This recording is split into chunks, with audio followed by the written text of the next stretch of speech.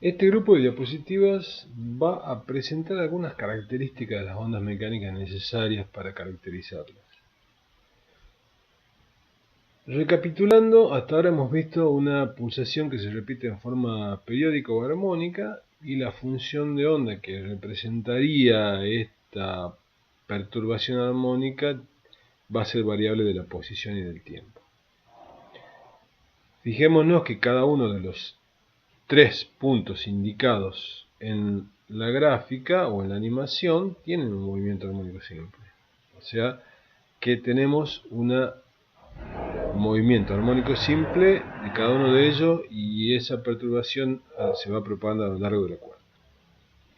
¿Cuáles son los parámetros que caracterizan a las ondas? Bueno, presentados, aunque algo hemos charlado, vamos a definir lo que es longitud de onda, lo que es amplitud, lo que es frecuencia, periodo y finalmente la velocidad de propagación definida para la perturbación.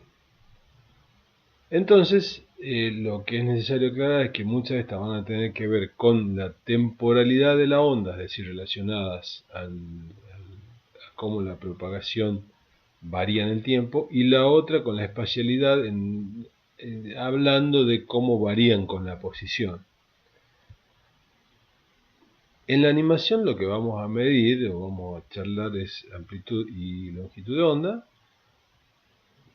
Un poco ya hemos venido trabajando, pero vamos a pausarla, es decir, vamos a sacar una foto de la animación y vamos a medir tanto la amplitud y longitud de onda como la longitud de onda, y estas dos son las que tienen que ver con la parte que depende de la posición. Habiendo sacado una foto del perfil de la onda y habiendo definido o encontrado ya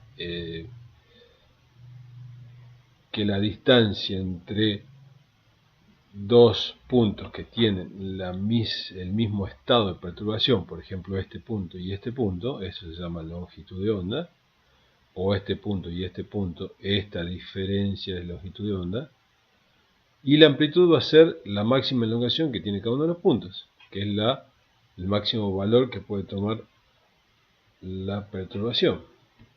Es decir, una vez que congelamos, sacamos una foto y analizamos ese perfil, nos queda definido la longitud de onda y la amplitud de la onda.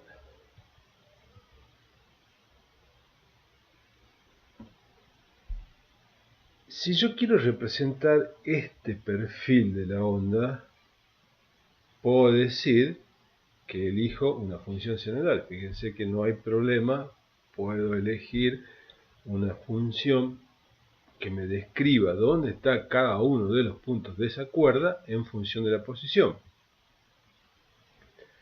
Este sería el caso donde la función para un x de x para un tiempo determinado la puedo plantear como a igual a seno de 2pi sobre lambda, que es la longitud de onda, por x. Y lo que se plantea es que tiene que respetar esa periodicidad espacial, es decir, cada longitud de onda, a cada longitud de onda o a cada punto que se encuentre distante de otro punto en la longitud de onda, esa función tiene que valer lo mismo, que es lo que me está diciendo esta forma de expresar. O sea, f de x para t igual a 0, o sea, t igual a t0, perdón, es un tiempo constante, tiene que tener el mismo valor cuando el objeto, la posición de la partícula valga x más lambda o x más 2 lambda, todo al mismo tiempo, por supuesto. Si esto es lo que se llama periodicidad espacial, a lo que hacíamos referencia antes como periodicidad espacial, que ese valor de la función se repite cada longitud de onda.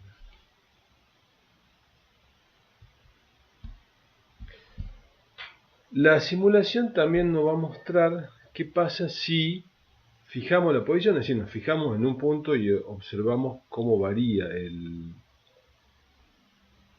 punto ese. En realidad tiene un armónico simple, ya lo hemos charlado, lo hemos analizado, pero en esta animación nos va a permitir definir otras magnitudes de tal manera de encontrar el periodo de la frecuencia, o medirlos, porque tenemos un cronómetro, porque tenemos regla.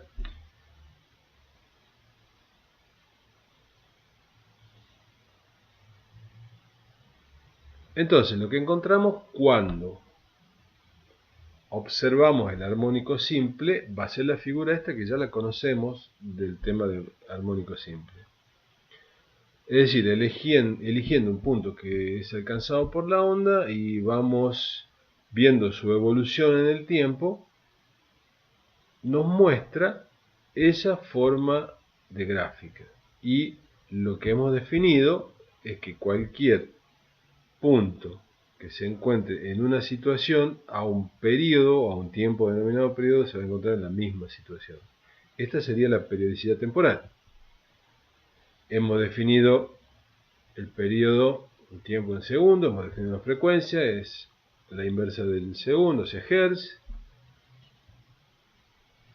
Y un dato que después vamos a charlar nuevamente, vamos a ver, es que esa frecuencia va a depender de la fuente que genera la onda. En principio, este es el mismo gráfico que hemos visto en armónico simple. Volvemos a esta figura porque queremos analizar solo uno de los puntos. Todos poseen un armónico simple. Me fijo en ese nada más y entiendo yo de que podemos representar ese movimiento con la misma función que hemos encontrado para el armónico simple. Fíjense que puedo representarlo para el mismo punto, o sea, en x igual a x0 en este caso, voy a encontrar el estado de ese punto o de esa partícula afectada por una propagación ondulatoria en un tiempo determinado. Si a ese tiempo le sumo el periodo o 2 veces el periodo, tengo que encontrarlo a ese punto en el mismo estado. De nuevo, este punto, si lo mido en un tiempo determinado y encuentro que está en un estado determinado, cuando pasa un periodo tiene que estar en el mismo estado y cuando pasan 2 periodos tiene que estar en el mismo estado. Esto es lo que se llama periodicidad temporal y es lo que se ha estudiado en armónico simple. Fíjense que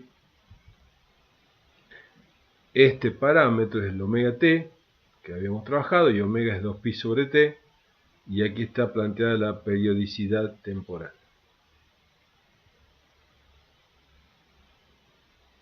Entonces tenemos dos periodicidades, la espacial planteada de esta forma y la temporal planteada de esta forma. Ahora bien, el movimiento ondulatorio o la perturbación ondulatoria tiene que contener las dos informaciones. Es decir, tenemos que poder agrupar esas dos informaciones en una misma función matemática que contemple la variable espacial y la variable temporal. Vamos a proponer una forma de función que es con la cual vamos a trabajar de ahora en adelante, que es la siguiente. Esa función va a ser a seno de 2pi y aparece la periodicidad temporal y aparece la periodicidad espacial. Esto en realidad representa un movimiento ondulatorio que se propaga por el eje X en sentido positivo. Digo porque aparece este signo, el cual vamos a tener que tener mucho cuidado cada vez que resolvamos un problema de ondas.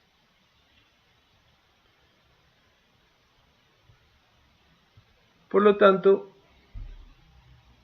como resumen, digamos, ya apareciendo esta doble periodicidad en el tiempo y en el espacio, lo que vamos a hacer cuando trabajemos con los problemas es, dada esta expresión, si dejamos fijo el tiempo, es decir, tomamos una foto, esta función se va a volver o va a representar esta variación, una variación espacial. Y si me fijo en un punto en particular, cómo se está perturbando, voy a tener esta gráfica que me va a explicar el comportamiento del sistema en el tiempo.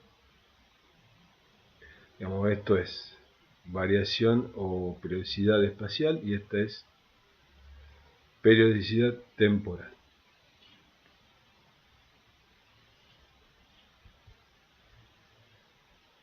Un poco esa periodicidad en el tiempo y en el espacio está representado por el sistema que estamos presentando en la figura. Fíjense, tengo una esferita roja que es alcanzada por un tren de ondas que tiene una longitud determinada. ¿Sí? Bueno, observemos lo que pasa. Si yo quiero representar cómo es la variación de la posición en función del tiempo, tengo esta figura de abajo. Con lo cual, fíjense de nuevo, vamos, llega la perturbación y ahí estoy graficando la posición de la esferita roja en función del tiempo y me da esa forma. Y fíjense en esta que me da la forma, la foto, en algún momento de esa perturbación.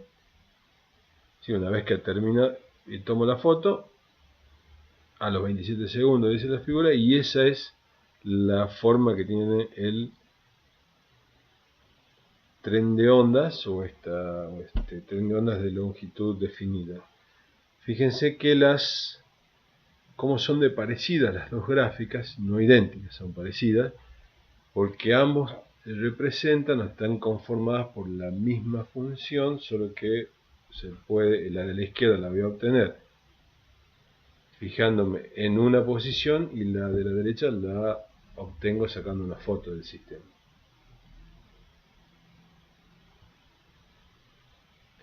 Entonces, todo lo que hemos charlado hasta ahora da pie a que empecemos a tratar o a entender cómo calcular la velocidad de propagación de una onda.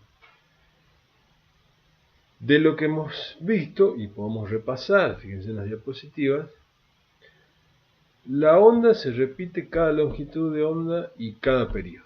O sea, su estado, el estado de perturbación se repite cada longitud de onda, periodicidad espacial, y cada periodo, periodicidad temporal. Entonces, uno puede suponer que avanza una longitud de onda en un periodo, y como la velocidad se propaga como desplazamiento por unidad de tiempo, la velocidad de propagación se calcula como lambda sobre t o lambda por f, recordando que la frecuencia es la inversa del periodo.